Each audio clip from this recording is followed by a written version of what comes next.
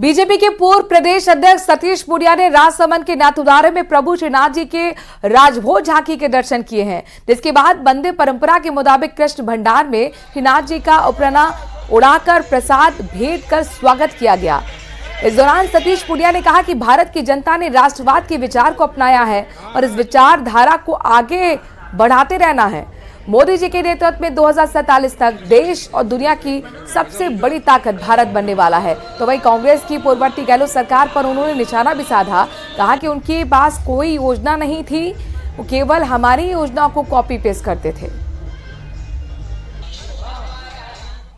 उनकी ऐसी कोई योजना ही नहीं थी कि जो चालू की जाए, वो कट कॉपी पेस्ट हमारी होती थी, उसमें भी वो आधे अधूरे तरीके से, उसमें भी सियासत होती थी। केवल मतदाताओं को भ्रमित करने का काम अशोक गहलोत की सरकार ने किया। पूरे 5 साल अराजकता थी, कानून व्यवस्था बदहाल थी, बेरोजगारी, पेपर लीक, इस तरीके के मुद्दे और मसले थे। तो विरासत में हमें अशोक गहलोत जी एक ऐसी सरकार देके गए जो दिवालिया थी, जहां विरासत में बदहाल कानून व्यवस्था थी।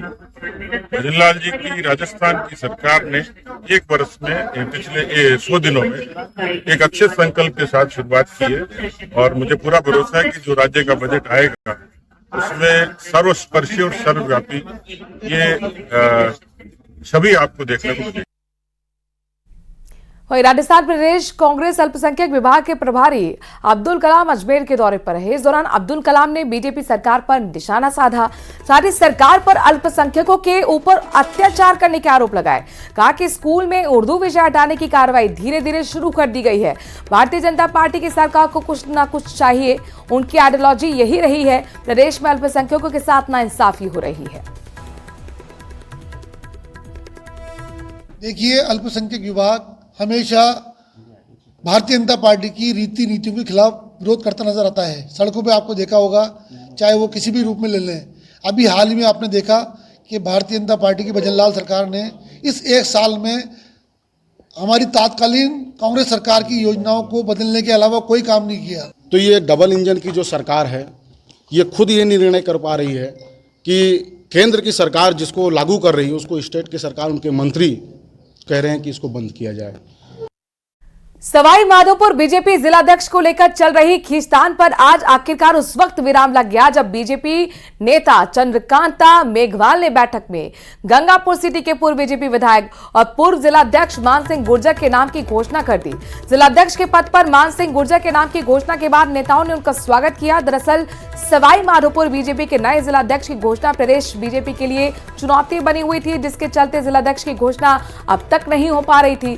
जिलाध्यक्ष पद को लेकर कृषि मंत्री किरोड़ीलाल मीणा और भंडार विधायक जितेंद्र गोटवाल के समर्थकों में आपसी खींचतान चल रही थी, जिससे सवाई माधोपुर बीजेपी में खेमेबंदी भी नजर आ रही थी।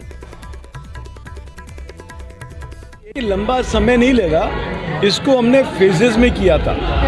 फर्स्ट फेजेस में आपके 27 जिले हो गए, अब सेकंड फेजेस में आपके सारे जिले कंप्लीट हो रहे हैं। मैं समझता हूँ ऑलमोस्ट 90% जिलों के चुनाव आज संपन्न हो जाएंगे। और जहाँ तक मान सिंह गुर्जर जी का सवाल है, यहाँ पे 14 लोगों ने अपना नॉमिनेशन जिलाध्यक्ष के लिए भरा था।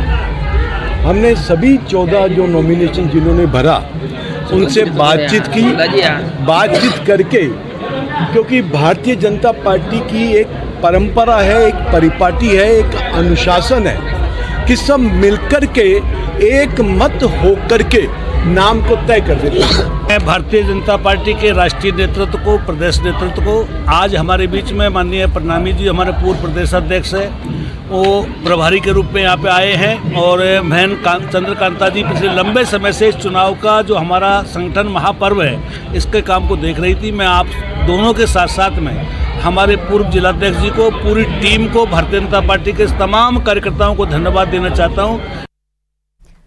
प्रदेश में बीजेपी संगठन चुनाव को लेकर लगातार बैठकों का दौर भी जारी है और ऐसे में चित्तौड़गढ़ में बीजेपी जिलाध्यक्ष के लिए एक बार फिर रतन गाडरी को जिला अध्यक्ष निर्वाचित किया गया है। गाडरी को जिलाध्यक्ष पद को दूसरी बार कमान सौंपी गई है। जिलाध्यक्ष पद की घोषणा के साथ ही गाडरी का पदाधिकारी और कार्यकर्ताओं ने स्वागत किया। रतन गाडरी के निर्वाचन से पहले कैबिनेट मंत्री जोराराम कुमावत के बंद कमरे में काफी देर तक मंथन किया गया और फिर जिला अध्यक्ष के नाम पर सहमति के बाद नए अध्यक्ष का ऐलान किया गया।